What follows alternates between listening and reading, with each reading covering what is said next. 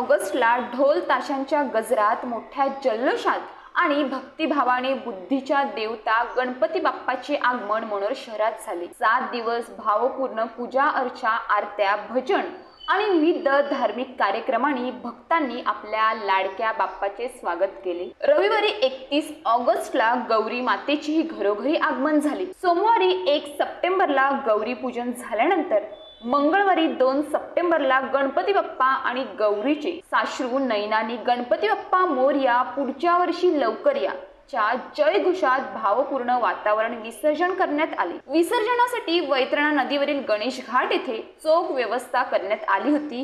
मनोर ग्रामपंचायतीच्या वतीने विसर्जनासाठी योग्य नियोजन करण्यात आले होते।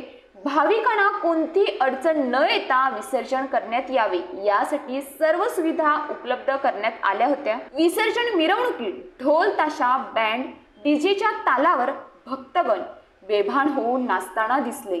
महिलांनी एक संध रंगाच्या साड्या तर युवकांनी एक संध रंगाची कुर्ते परिधान करून उत्सवात रंग भरले। संपूर्ण मिरवणूक आणि विसर्जन कार्यक्रम शांततेत पार पडला। विसर्जनाच्या वेळी सार्वजनिक गणेश मूर्ती 30, खाजगी गणेश मूर्ती 79, सार्वजनिक गौरी मूर्ती 25, खाजगी गौरी मूर्ती 45 या मूर्तींचे विसर्जन रात्री 1:30 वाजता पूर्ण झाले।